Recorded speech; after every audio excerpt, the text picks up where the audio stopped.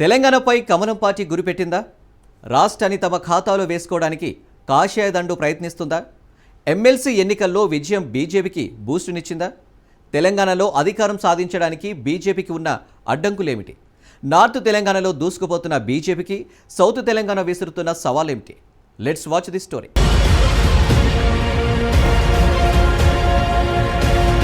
తెలంగాణలో ఇటీవల జరిగిన ఎమ్మెల్సీ ఎన్నికల్లో బీజేపీ సత్తా చాటింది. 3 సీట్లకు గాను 2 సీట్లు కాషాయ పార్టీ గెలుచుకుంది. దీంతో రాబోయే రోజుల్లో తెలంగాణలో అధికారం తమదే అంటున్నారు కమలం నేతలు. ఉత్తర తెలంగాణలో పార్టీ గణనీయంగా పుంజుకుందని పార్టీ నేతలు చెబుతున్నారు. అయితే వచ్చే ఎన్నికల్లో అధికారంలోకి రావాలంటే కేవలం ఉత్తర తెలంగాణలో బలంగా ఉంటే సరిపోతుందా? మరి దక్షిణ తెలంగాణలో పార్టీ పరిస్థితి ఏమిటనేదే ఇప్పుడు చర్చనీయాంశమైంది.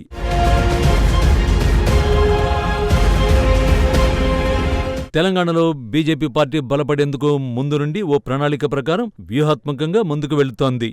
అసెంబ్లీ ఎన్నికల్లో 8 సీట్లు వచ్చినా పార్లమెంటు ఎన్నికల నాటికి పుంజుకొని రాష్ట్రంలో అధికార కాంగ్రెస్తో ఢీ అంటే ఢీ అని కాంగ్రెస్తో సమానంగా 8 ఎంపీ సీట్లను గెలుచుకొని అందరినీ ఆశ్చర్యపరిచింది.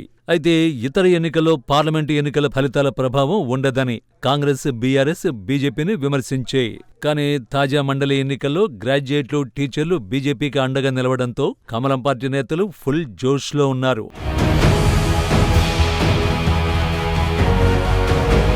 పట్టభద్రుల స్థానంలో కాంగ్రెస్ పార్టీకి చుక్కలు చూపించామంటున్నారు బీజేపీ నేతలు. ప్రజల్లో కాంగ్రెస్ ప్రభుత్వం మీద వ్యతిరేకత పెరుగుతోంది అనడానికి ఈ ఎమ్మెల్సీ ఎన్నికలే ఉదాహరణ అన్న చర్చ జరుగుతోందట బీజేపీ వర్గాల్లో.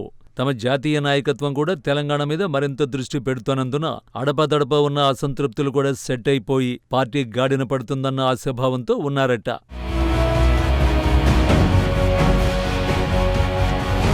ఉత్తర తెలంగాణలో బీజేపీ బలంగా ఉంది.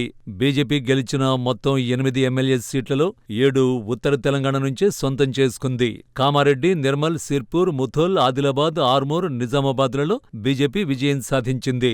4 ఎంపీ సీట్లు కూడా ఉత్తర తెలంగాణ నుండే కావడంతో ఉత్తర తెలంగాణలో పార్టీ బలంగా ఉందని నేతలంటున్నారు.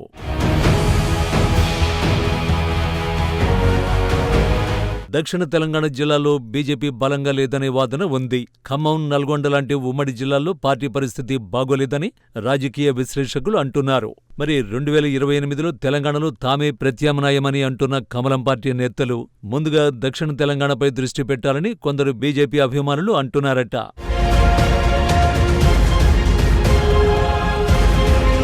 తెలంగాణలో అధికారంలోకి రావాలంటే రాష్ట్ర వ్యాప్తంగా పార్టీ బలంగా ఉండాలి. క్షేత్రస్థాయిలో పుంజుకోవలసిన అవసరం ఉంటుంది.